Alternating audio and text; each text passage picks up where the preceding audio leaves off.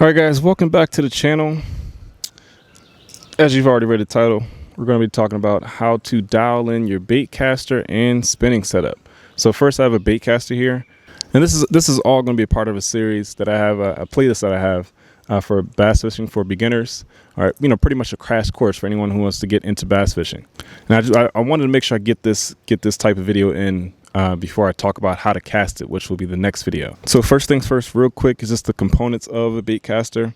If you already purchased one, then you've definitely looked into this. But you got your braking system here, your spool release button there. This actually is the spool tensioner. This right here sets your drag.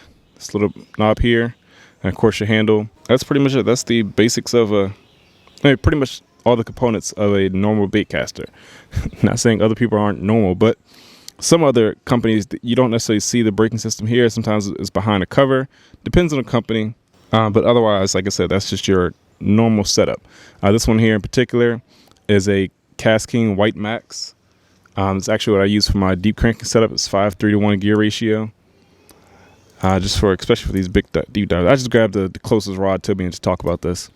So real quick, dialing it in. So 9 times out of 10 factory, when you get it straight out the box, this gear knob here is going to be set to 0. Okay, 9 times out of 10, this braking system usually goes from like 0 to 10. Some reels are a little different.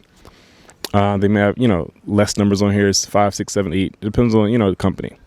But this one right here goes up to I'm going to say 10. I know it says max, but 9 then max, whatever. So 9 times out of 10, it comes out the box sitting at 0.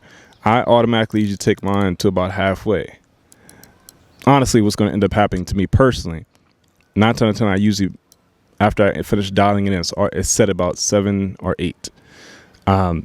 This one in particular, I had it at max based on what I'm doing here with this setup. And again, each reel has its own own way of operating. Okay, so dial it into your specifics, and I'll explain what braking system does in half a second. But like I said, 9 times out of 10 for me, it usually ends up being around 7, 8, or 9. Towards the higher end. Not always max for most of my setups, but about 3/4 of the way is normally where majority of my reels end up being. The braking system actually slows this spool down once it's thrown. Okay, once you actually throw it. That was not good. I shouldn't be throwing treble hooks in the yard. Don't ever throw treble hooks in the yard, okay? I don't know if we're gonna get that back. Oh, okay, came over the edge. But sorry. So when you throw it, the braking system helps to slow the pace of the spool down, so it doesn't cause a bird's nest or a backlash. So that's the braking system. Now, of course, like I said, of course your button releases it. Okay.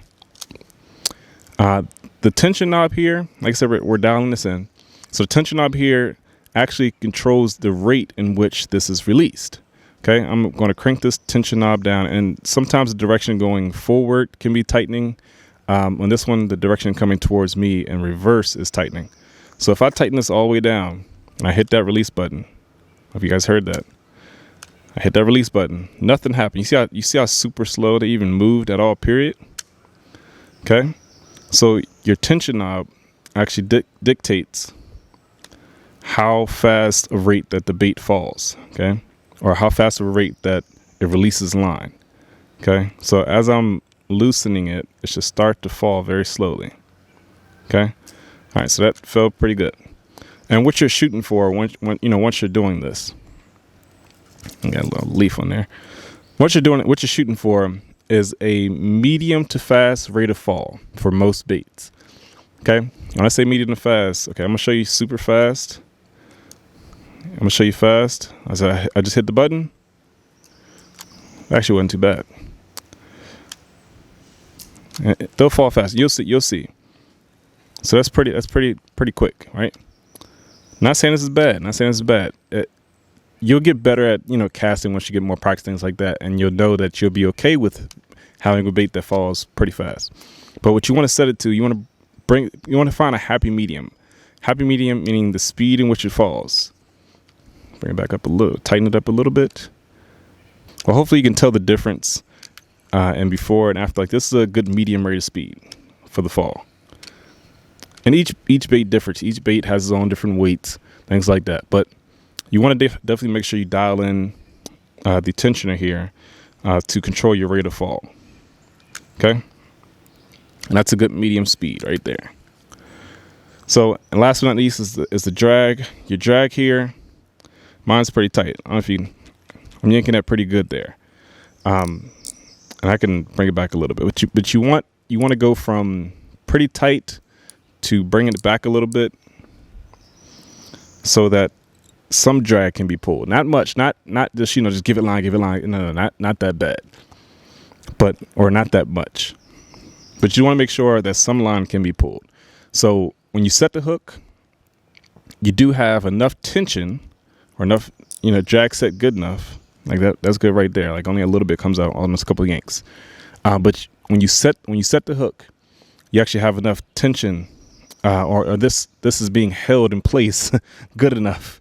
So when you set the hook, you actually get a good hook set on that fish. Because if your drag set way too loose and line's just going, you set that hook. Good luck, buddy. You're not going to get a good hook set at all. So that's that. Got your break.